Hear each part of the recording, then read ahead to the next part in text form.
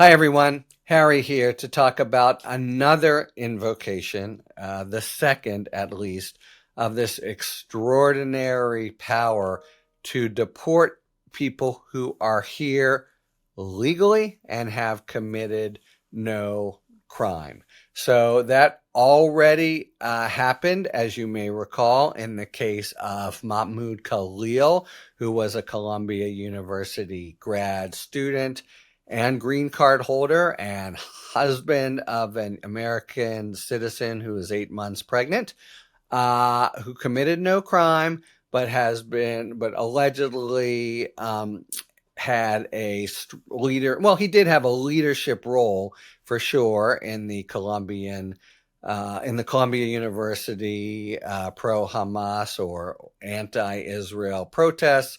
And part of the issue is, who is he? You have some people within Columbia painting him as a pretty bad guy, really having sort of virulent, at least anti-Israel and maybe anti-Semitic rhetoric, and others who make him out to be mainly the leader of a demonstration and largely a proponent of First Amendment protected speech about the overall conflict. Okay, we now have round two of this. It's a Georgetown University researcher. He's here on a student visa. Completely legit, no basis to deport normally. But knock, knock, knock, masked agents come to his door and they basically say, we're taking away your green card and deporting you. This guy, he's from India. He's a postdoctoral fellow here, and they came to his home in a Washington suburb, knock, knock, knock, to take him away. All right, how can you do this? How can you do this in this country? Go after someone who obviously has the entitlement otherwise to be here. You can do it based on this really extraordinary power that permits it to happen basically on the say-so, the express say-so of the Secretary of State of the United States. So Marco Rubio here has said, just as he has said as to Khalil, that this guy is a danger to the United States. Here's the basic finding that they've got to make. The determination by Rubio is their continued presence in the U.S. would threaten foreign policy. Man, that's a pretty amorphous standard, and it doesn't look subject to judicial review. They haven't been charged with a crime, so it's not a due process situation. Just kind of boom, they grab them and send them home. Now, the war of words, or of who is this person, begins immediately, but it's one that the administration automatically wins under the exercise of this power. So his lawyer has said it's really about his wife's having a Palestinian heritage, or about his father having been a leader outside the country for pro-Palestinian and anti-Israeli agitation and political activity. He says so, or through his lawyer, I'm just being targeted because my wife, who's a U.S. citizen, has pro-Palestine views. Now, there are others, though. You have someone online disputing that, saying, he's a foreign exchange student who was spreading Hamas propaganda and promoting anti-Semitism on social media. We'll find out whether that's true. Presumably it'll survive on social media. Also, says this counterpoint, he's got close connections to a known or suspected terrorist, somebody who is a senior advisor to Hamas.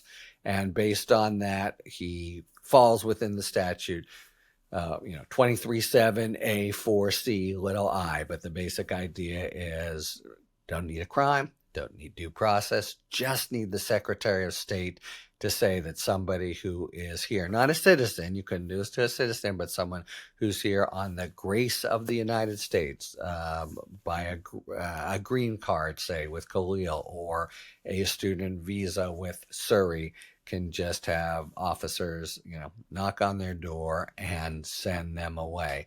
Let's assume it's true for purposes of argument that, in fact, of the two portraits of Suri, the more malevolent one is accurate. And, I think we saw on campuses some really bad, First Amendment violating kind of oppressive treatment of people on the other side, being pushed around, kept out of classes, bad stuff. Yes. But a lot of people did it at a lot of different universities. We're told anyway that a lot of them were not U.S. nationals. So the question this raises is one, I guess, of overall temperance and judgment. What this very, very special power of the United States and the Secretary of State, should it be exercised to really get at, let's say, bad customers who are spreading anti-Semitism? Nobody, I'm not for that. I'm against that. But nevertheless, does that make them, as the statute goes, basically, as the Secretary of State found, a continued threat to the United States' foreign policy? And of course, maybe you could be as virulent as someone says, but not a threat to U.S. foreign policy. But this is effectively unreviewable. It would be something to just note for the political pushback or accountability, just in the political sphere of, do we have a administration and a Secretary of State who's just a little bit too slap happy with this and using it in circumstances where it doesn't quite apply? But anyway, this power, it exists. Special proclamation by the Secretary of State. They applied it now to a second guy, a postdoc at Georgetown, who there will be a hearing on.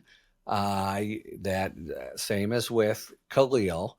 But whether the administration will really have to make any showing there other than that Rubio said these things is quite unclear at this point. It may be enough to just say the Secretary of State determines that there's an ongoing threat or negative impact on U.S. foreign policy. So there we have it, a pretty serious kind of weapon, now used twice, and we can expect it to be used more. And at a minimum, raises a sort of political issue of, wow, is this the country we want to be, even as against people who espouse really offensive or even violent anti-Semitic speech? Talk to you later. Thanks for tuning in. If you enjoyed this video and other Talking Feds content, please take a second to like and subscribe. Talk to you later.